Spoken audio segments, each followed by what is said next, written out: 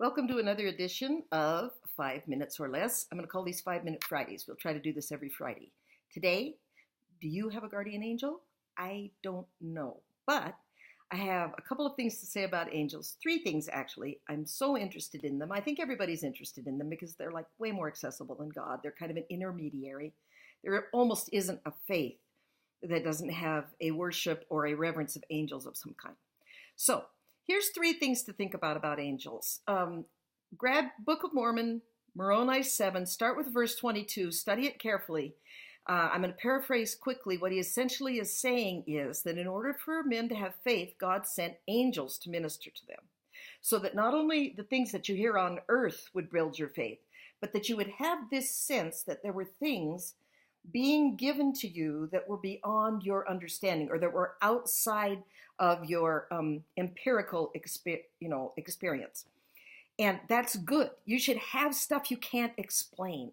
That helps you lead your mind toward the divine and helps you believe in angels and helps you have faith, because faith is about stuff that you can't explain.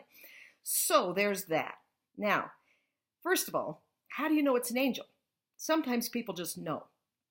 I went and heard my daughter teach Sunday school one day, and she asked if anybody felt like they'd ever been helped by an angel.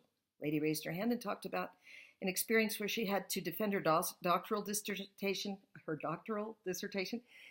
Terrible, grueling experience. A couple hours into it, she's just about to give up. She prays, God, help me just get through this. And she simply said this: my father, who had been dead a few years, came into the room, sat down in the chair next to me, and sat there for the rest of the session. And I got through it. No words, no messages, no burning bush, but she was as sure as anything that her father was there. And I think that becomes a landmark experience that those are the scaffolding that upon which we build our faith in the divine. Second story, I love my darling dad who died when he was 86. They had moved him into a facility, and he was just in that room for a few hours before he passed away, and he kept looking up into the corner. He was awake, but he'd had a stroke, so he couldn't communicate with us, but he kept looking up into the corner very intently and almost smiling. And later my brother Bruce said, oh my gosh, I wonder if he was smiling at like someone from our family who had come to get him. My wonderful spiritual mom, who's also very practical, said, oh no, Bruce, didn't you see the television was on up there? And Jeopardy was on. He just loves that show.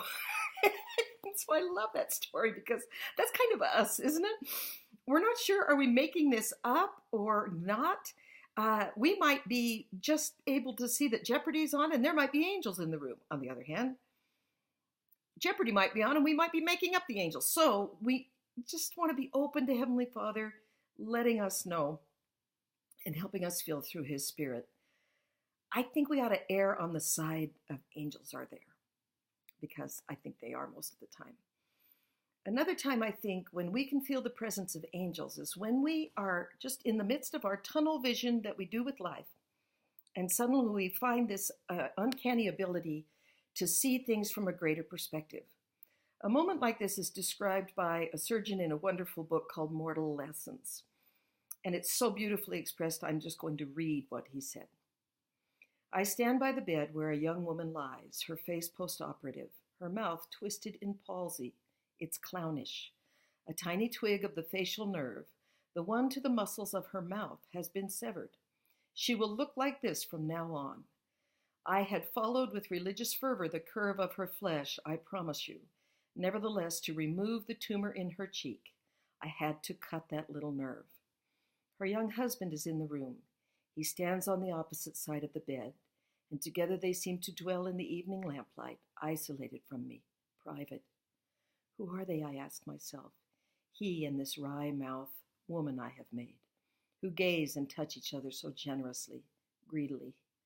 The young woman speaks. Will my mouth always be like this, she asks. Yes, I say, it will. It is because the nerve has been cut. She nods and is silent. But the young man smiles. I like it, he says. I think it's kind of cute. All at once I know who he is. I understand and I lower my gaze. One is not bold in an encounter with a god. Unmindful, he bends to kiss her crooked mouth, and I am so close that I can see how he twists his own lips to accommodate to hers, to show her that their kiss still works. There are moments when we have the opportunity to take a situation that can be devastating and bring God's love and perspective to another person who deeply needs it. In that moment, we become a guardian angel. I think as we seek to be that for others, we will find that as Jesus found in the garden, as he reached out his soul for others, there was an angel there strengthening him.